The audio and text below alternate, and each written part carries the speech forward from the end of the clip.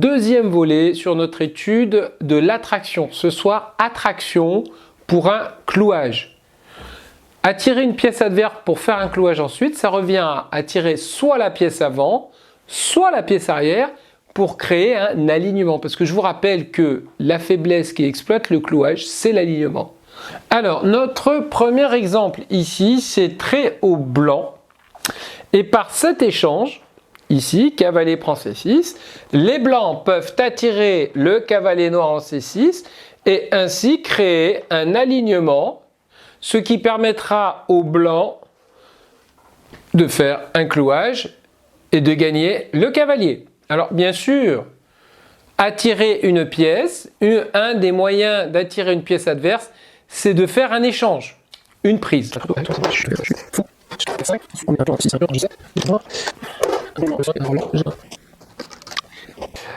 Ici, c'est trait au noir, il faut créer un alignement. En fait, il faut créer un alignement avec le roi. Et comment créer cet alignement? C'est en faisant une menace grâce au coup G5. Donc, on voit une deuxième manière de créer un alignement, une fourchette. Donc, le fou est obligé de prendre. Ça y est, le fou et le roi sont alignés. Les noirs peuvent le clouer. Exemple suivant.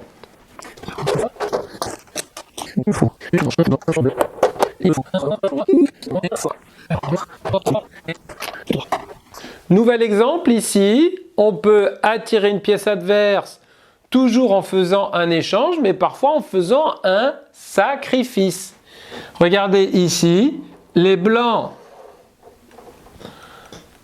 prennent en B6, les noirs reprennent. Alors, si les blancs se ruent sur la qualité, en fait, on n'aura fait que des échanges. Mais ici, il faut être beaucoup plus malin. En fait, il faut laisser le clouage et le pion avance pour attaquer la tour. Cette fois-ci, les noirs vont reperdre une tour entière et les blancs se retrouveront avec une pièce de plus. Donc maintenant, on voit attirer une pièce sur un clouage, mais ce n'est pas le cloueur qui va prendre, c'est le troisième larron. C'est-à-dire, c'est créer un clouage pour qu'une autre pièce vienne attaquer la pièce clouée. Ça s'appelle l'attaque de la pièce clouée que nous avons déjà vu dans le pas 3.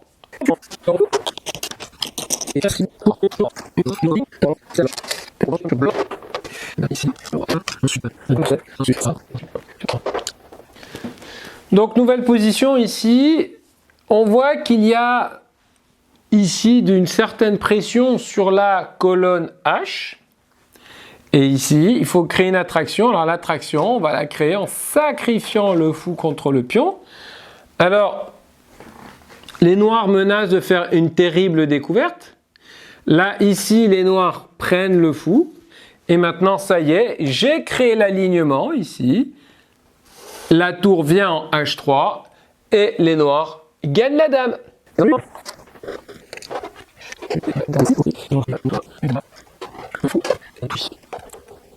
Alors, on peut créer bien sûr un clouage pour gagner du matériel, mais on peut aussi créer un clouage pour faire échec et mat, comme ici. Trait au noir, les noirs jouent et font mat en 2 coups. Après le splendide dame prend B2, échec.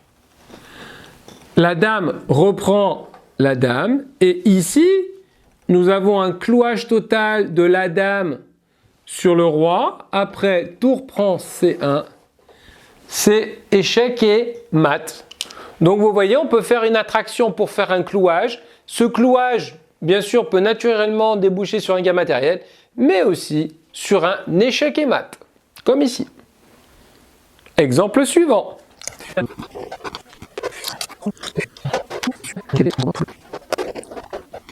Nouvelle position, trait au blanc. On voit ici que le fou attaque le cavalier en H5, mais le fou est protégé par le fou F7.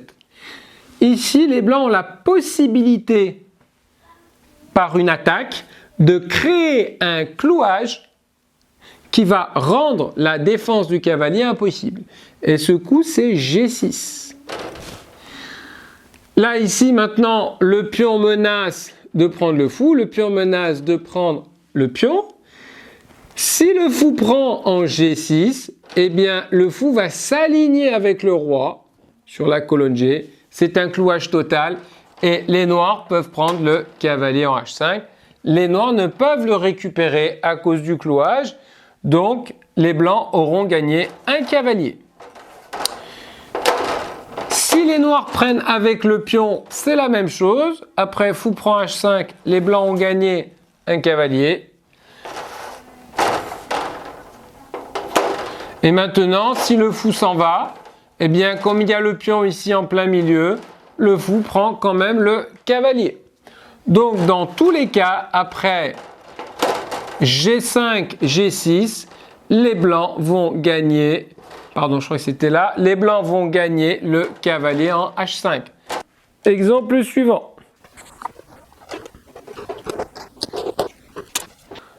Jusqu'à présent, nous avons vu des attractions de la pièce avant. Maintenant, nous allons voir des attractions de la pièce arrière et les méthodes sont exactement les mêmes.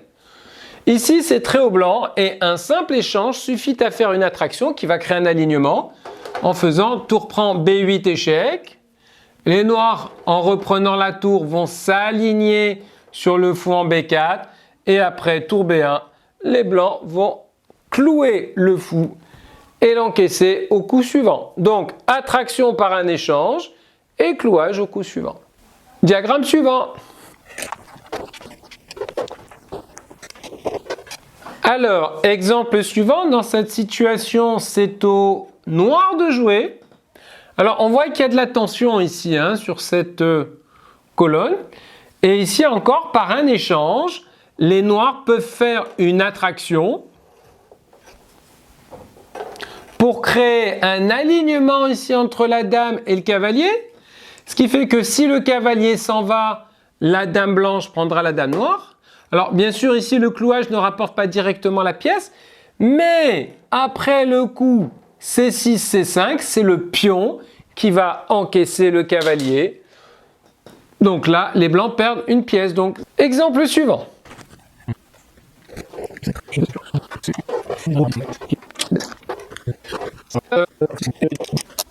Nouvel exercice, dans cette position, c'est très haut blanc. Voilà, donc nouvelle situation, c'est très haut blanc. Et là, les blancs ont la possibilité de faire une très belle attraction qui va leur rapporter beaucoup de matériel. Et l'attraction vient par fou prend D7. Encore un échec, c'est très souvent un échec ou très souvent une prise. Il n'y a pas le choix ici, le roi ne peut pas aller ni en B7 ni en B8. Le roi est obligé de prendre en D7. Et en venant en D7, il va se mettre en vis-à-vis avec la tour, ce qui va créer un clouage total du fou. Et ce fou avait pour mission de protéger la dame. Étant cloué, il ne peut plus protéger la dame. Donc les blancs gagnent une dame. Exemple suivant. Nouvel exemple. Très jolie petite combinaison. Ici, c'est très au noir. Alors, on voit qu'il y a des pièces qui sont extrêmement bien placées chez les noirs et on voit qu'elles prennent plus ou moins la direction du roi. Et ici, les noirs ont l'occasion de faire un très beau mat en 3 coups après le coup tour H1 échec. Attraction du roi. Le roi est obligé de prendre et ce faisant, maintenant le roi est sur la ligne du fou de case noire. Le pion ici est cloué. Et à quoi servait ce pion? À protéger le cavalier. Ce qui fait que la dame maintenant peut prendre le cavalier sans être repris par le pion puisqu'il est cloué. Le seul coup, c'est de venir en H1. Et après, on fait dame prend G2, échec et mat.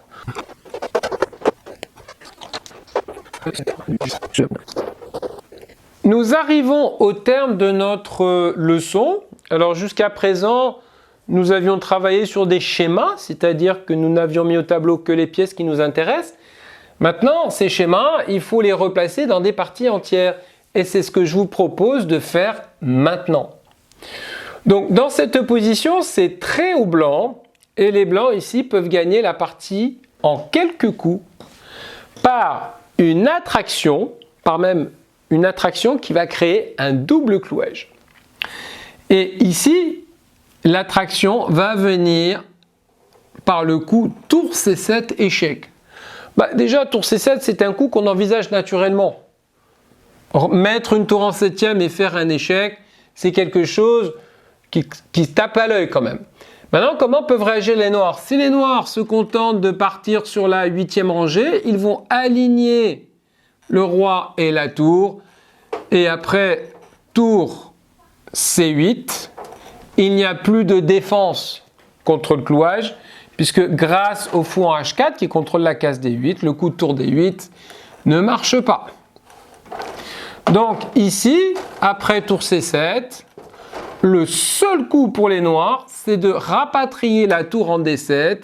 La tour est obligée de venir en D7 pour couvrir l'échec, mais en venant en D7, la tour s'est alignée avec la dame sur cette diagonale. Et ce qui permet au blanc de réaliser le très joli coup dame B5, qui fait ce qu'on appelle un clouage croisé. Un clouage sur deux lignes en même temps, sur cette rangée et sur cette diagonale. La tour peut prendre en C7, mais à ce moment-là, les noirs perdraient la dame. Et la tour ne peut pas partir de la septième rangée, protéger la dame, parce qu'elle est clouée totalement, le roi serait en échec. Donc là, dans cette position, les noirs vont perdre beaucoup de matériel. Soit ils font un échange de la dame contre la tour, soit ils vont perdre une tour entière.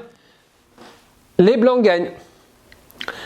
Voilà donc une leçon assez courte qui vient compléter ce qu'on a fait la dernière fois sur l'attraction et la double attaque. Là, c'est attraction pour un clouage, attraction soit de la pièce arrière, soit de la pièce avant.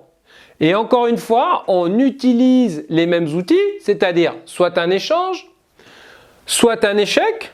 Ça peut être un échange plus un échec. Ça peut être aussi une fourchette. Voilà, écoutez, il ne vous reste plus qu'à faire des exercices. Et je vous dis ciao, à très bientôt pour de nouvelles aventures échiquiennes.